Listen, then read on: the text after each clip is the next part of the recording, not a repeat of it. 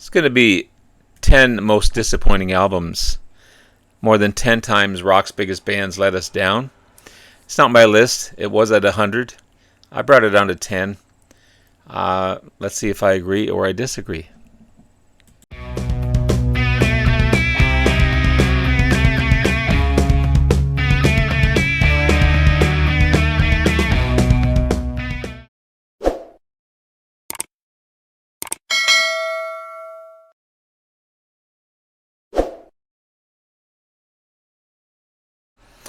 Hey everyone, it's Robert from On My Turntable. Hope I'm having a great day today. It is Wednesday. It's Tuesday. It's Tuesday. I've been working on my computer all day. I apologize for the sound if it's crappy. I've been trying to do some picture-in-picture where I can see myself in the corner and I can control the screen. I think that might have screwed up my sound because it sounds kind of muffled, and I apologize for that. Right off the bat, I apologize for that. But I've been also working on this video from UCR, Classic Rock and Culture, and they listed 100 bands who put out basically crappy albums. And I agree with some of them, others I don't. Because I couldn't do the picture-in-picture thing, or I haven't figured it out yet, I brought this down to 10, and I'm going to just show the albums on the screen. I have it, I just can't tweak it, so I apologize for that. So, what they say here is the band's most disappointing album, as this list shows, isn't always the band's worst record.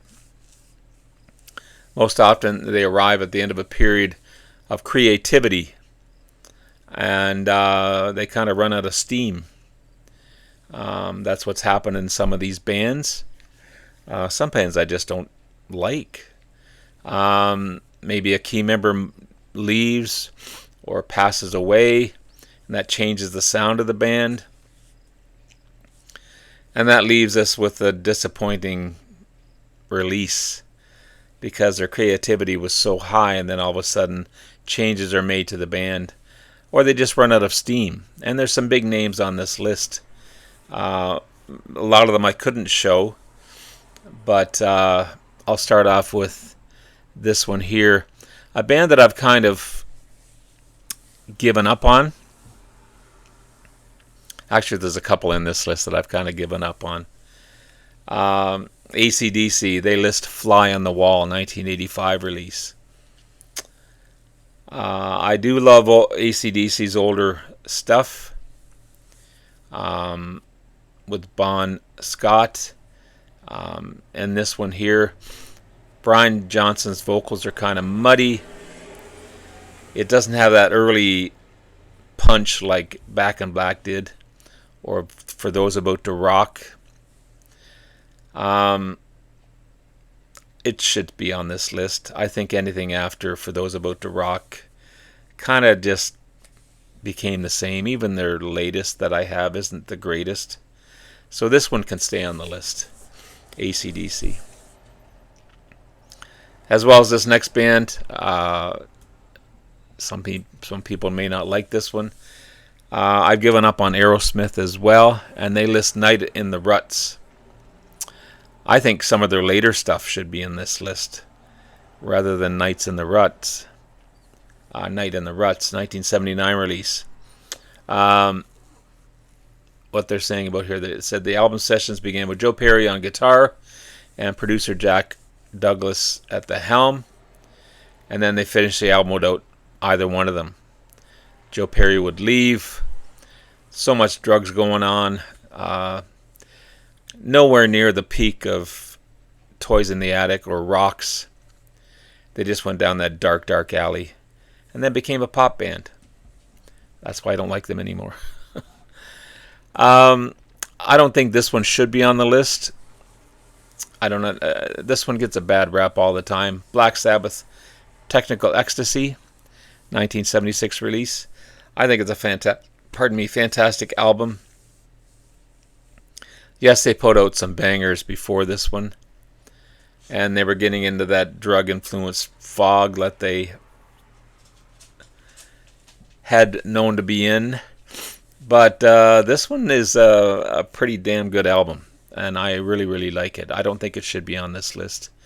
Perhaps some of the later stuff should be, but not this one. Not this one at all. I just did a Alice Cooper revisiting of my albums, and this is the last from the Alice Cooper band. So I can understand why it's not their worst album. I think it's a fantastic album. Muscle of Love by Alice Cooper. Bob Ezrin wasn't on this one. It wasn't nowhere near Billion Dollar Babies or School's Out, but it was still a kick-butt kind of album. Some of his later Alice Cooper stuff, Dada and some of the others where he didn't even know what he was doing or recording, definitely should be on this list, but not Muscle of Love. Chicago Hot Streets, yes, it definitely needs to be on this list. Terry Kath is gone. They bring in all kinds of, well, they brought in this guitar player. I can't remember his name. He's shown in the picture there. No direction. Terry Kath was definitely the leader of the band as far as I'm concerned. It's a weird album cover. There's a lot of poppiness going on. It's unlike any other album before this, and it definitely should be on the list. It's anything past the Terry Kath era is not Chicago as far as I'm concerned. This next one, just for the chest hairs alone, this one should be on the list. Emerson, Lake and Palmer, Love Beach, 1978. Were they even together when they recorded this? I don't know. I think they took off, like they did some their parts and then took off. I don't really know. It's a yacht rock kind of cover. There's not much as far as early Emerson, Lake and Palmer on this one. Yeah, it definitely should be on this list. Definitely should be on this list. Don't hate me for this one, but anything that Guns N' Roses put out should be on this list as well. This is, even just for the cover of this one, the Spaghetti Incident, 1993. It's a gross-looking cover. Yes, their debut was fantastic. I have to admit that.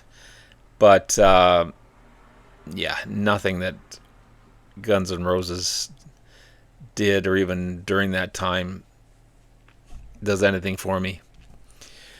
Jethro Tull A. I don't think this one should be on this list at all.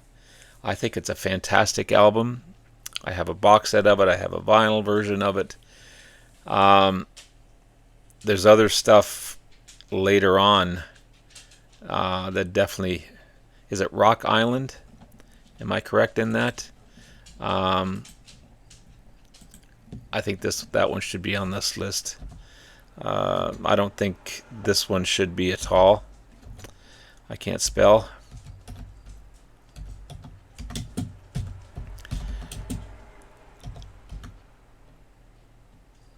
Is it Rock Island? What's it called? Rock Island? Yeah, Rock Island. That one should be on the list, not Jethro Tull A. I think it's a fantastic album. I think they did a fantastic job on that, and take that off the list, please. Take it off the list. Just like Aerosmith, just like Guns N' Roses, and now just like ACDC, anything Kiss has put out should be on this list. They've listed Dynasty 1979. I am not a Kiss fan whatsoever. This one here, they say the first album not to feature all four members of Kiss. They say it's a disjointed album. Peter Criss would be out the door soon. Ace Frehley would be out the door soon. Disco kind of songs in I Was Made for Loving You. Yeah, it's just a poppy album, and Again, anything Kiss should be on this list. um, Paul McCartney, Red Rose Speedway. Are we? I've been pondering this question. Do we love Paul McCartney's stuff because he was a Beatle? Because not everything that he puts out as Paul McCartney is good. I love Wings. I love the Beatles. But his solo stuff is hit and miss. As in this one, Red Rose Speedway, 1973. My Love found a home in this one, they say. Red Rose Speedway was originally planned as a double album, but Paul McCartney ended up having to dip back into early sessions for 1971's Ram to complete a single disc edition. I don't even have it, so I can't say whether it should be on this list or not. But again, are we forced to love Paul McCartney's stuff for who he is, which is a fantastic artist? But a lot of the stuff that he puts out by Paul McCartney on his own is not the greatest stuff. So there you have it, guys. Hope everything's okay. Hope that volume is okay. It sounds okay. But there's supposedly 10 by this UCR magazine, online magazine, I guess.